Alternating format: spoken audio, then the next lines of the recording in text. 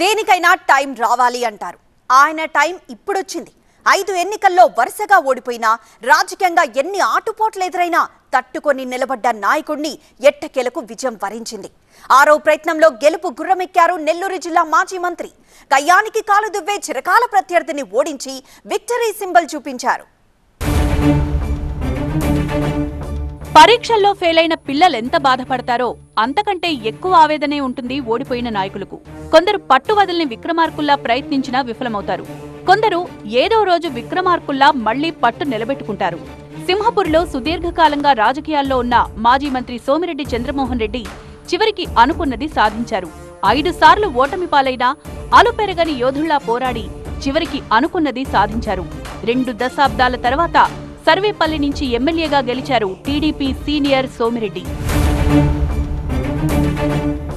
నెల్లూరు జిల్లాలో అన్ని నియోజకవర్గాల కంటే ప్రజలంతా ఎక్కువగా ఆసక్తి చూపింది సర్వేపల్లిపైనే. పార్టీ సీనియర్ సోమిరెడ్డి మరోసారి అక్కడ పోటీలో ఉండడం, ప్రత్యర్థి అన్ని విధాలా బలమైన మంత్రి కాకాణి గోవర్ధన్ రెడ్డి కావడమే అందరి ఆసక్తికి కారణం. నువ్వా నేనా అన్నట్లు జరిగిన ఫైట్లో చివరికి 14,000 పైచిలుకు మెజార్టీతో కాకాణిపై గెలిచారు సోమిరెడ్డి. హ్యాట్రిక్ కొట్టాలనుకున్న కాకాణి ఆశలను టీడీపీ వేవ్లో చిత్తు చేయగలిగారు. 4 దశాబ్దాలుగా యాక్టివ్ పాలిటిక్స్ లో ఉన్న సోమిరెడ్డి 1994 ఎన్నికల్లో సర్వేపల్లి నుంచి తొలిసారి ఎమ్మెల్యేగా గెలిచారు. చంద్రబాబు కేబినెట్ లో కీలక శాఖల మంత్రిగా వ్యవహరించారు. 1999లో కూడా రెండోసారి గెలిచి మళ్లీ మంత్రి పదవి చేపట్టారు.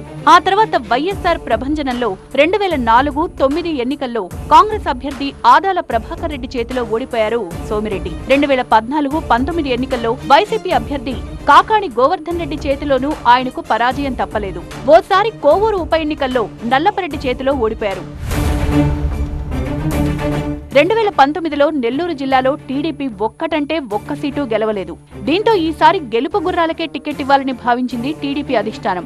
3 సార్లు ఓడిపోయిన వారికి టికెట్ ఇవ్వబోమని స్వయంగా నారా లోకేష్ ప్రకటించడంతో సోమిరెడ్డికి టికెట్ ఇవ్వరన్న చర్చ జరిగింది. దానికి తగ్గట్లే పార్టీలో అంత సీనియర్ అయినా 2 జాబితాల్లో ఆయన పేరు ప్రకటించలేదు. అయితే పార్టీ అధినేతతో సోమిరెడ్డికున్న అనుబంధంతో ఆయన కోడలు శృతికి టికెట్ ఇవ్వాలని అనుకున్నారు. కానీ వైసీపీ అభ్యర్థి కాకాణిని ఎదుర్కోవాలంటే తానైతేనే సాధ్యమని అధిష్టానాన్ని ఒప్పించడంలో సక్సెస్ అయ్యారు సోమిరెడ్డి. ఈసారి ప్రచారంలో సెంటిమెంట్ అస్త్రాన్ని ప్రయోగించారు. ఇవే తనకు ఆఖరి ఎన్నికలని మద్దతివ్వాలంటూ ప్రజల్లోకి వెళ్లారు. ఫలితం తేడా వస్తే ఓటమిలో డబుల్ హ్యాట్రిక్ అయ్యేది. కానీ రాష్ట్రంలో కూటమి వేవుకు తోడు సోమిరెడ్డికి సానుభూతి కూడా కలిసొచ్చింది. సర్వేపల్లిలో తిరుగులేదనుకున్న కాకాణి గోవర్ధన్ రెడ్డి అంచనా తప్పింది.